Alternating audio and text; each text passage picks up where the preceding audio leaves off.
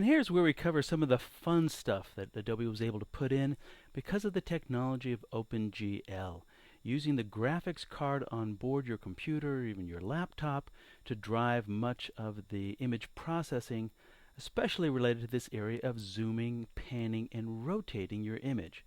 By offloading that from the main central CPU to the video card, Adobe can do all sorts of wonderful magic. So here's just a series of shortcuts to help you with this new capability in CS4. First off, you've known about the spacebar. Spacebar has been around forever in terms of being able to pan.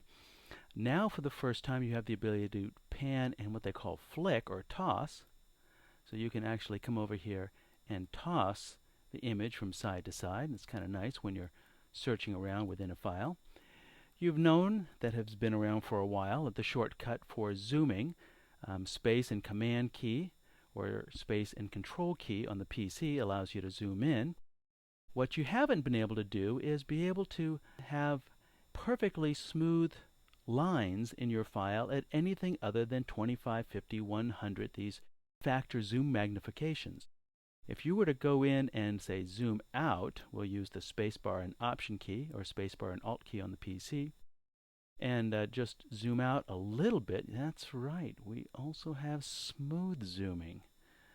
Okay, if you just click, you do it in increments, either zoom in or out, but if you click and hold, it actually does the smooth pan. But the topic here is if I come up here and I'll zoom out to something like 62.4%, as you can see down here in the lower left, you'll notice that the palm trees are still razor sharp. It's able to resolve the pixels even when they're in between multiplication factors. A huge benefit in terms of actually being able to work on images, retouch images without always checking to make sure that you're not at some in-between magnification.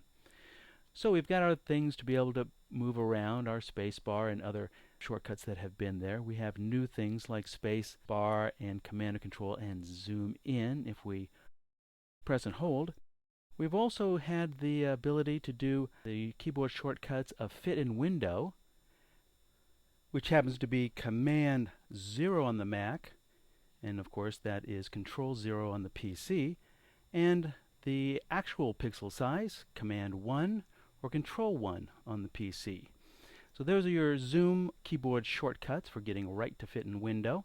Of course you also have those as options within the zoom tool and all its options within its own options bar, including a new one, print size. Depending upon your DPI setting for your file, it will automatically scale that for screen, fit screen, fill screen, actual pixels. Those are all great ones.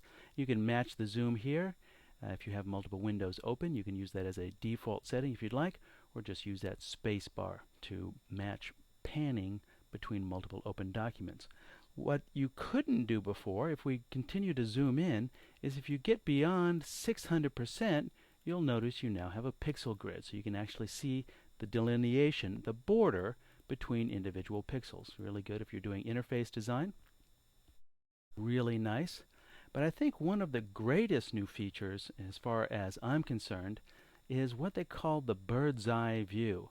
And the bird's eye view, we've got an image here, another one of the panos from Molokai. This is the south shore of the island of Molokai in Hawaii, is this ability to instantly go out to your entire document, since it's maintaining the entire document in its memory.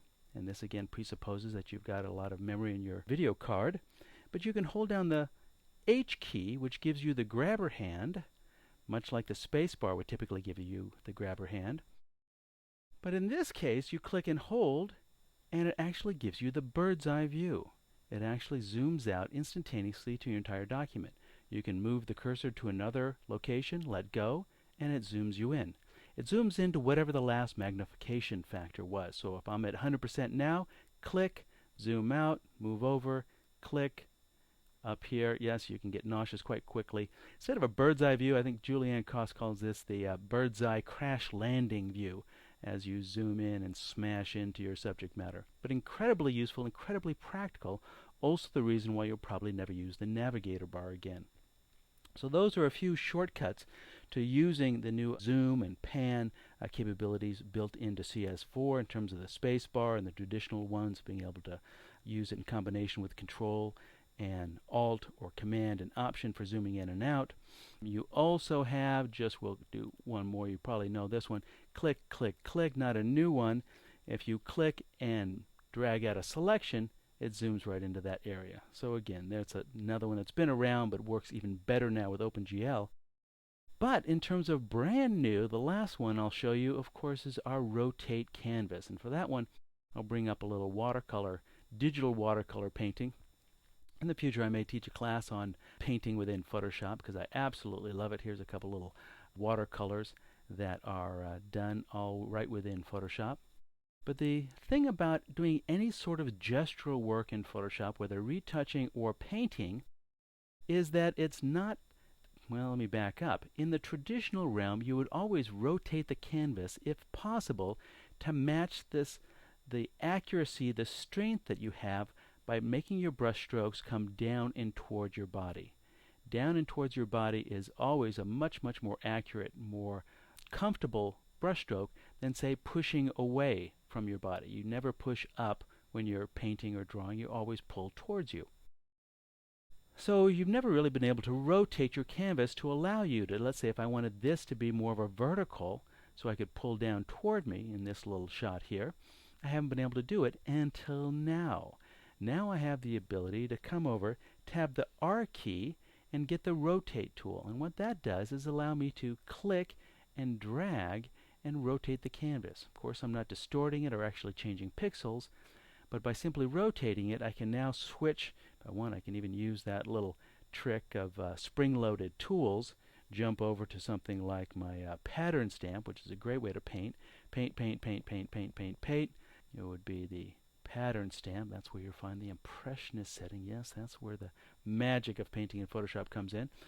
But allows me to paint, paint, paint, and then jump back, tapping the R key, and rotate it back to straight on. If I want to reset it, if I'm in the tool, I can hit the reset button, or I can come up here and double click on the icon for the rotate tool. I use a Cintiq, a Wacom Cintiq tablet, so because it's such a substantial large monitor, I normally don't rotate it to do exactly what we're doing here. So this is a wonderful godsend to be able to come up here and then do my gestural brush strokes. So there you have it, some of the new features related to the zoom and rotate capabilities of CS4 taking advantage of OpenGL.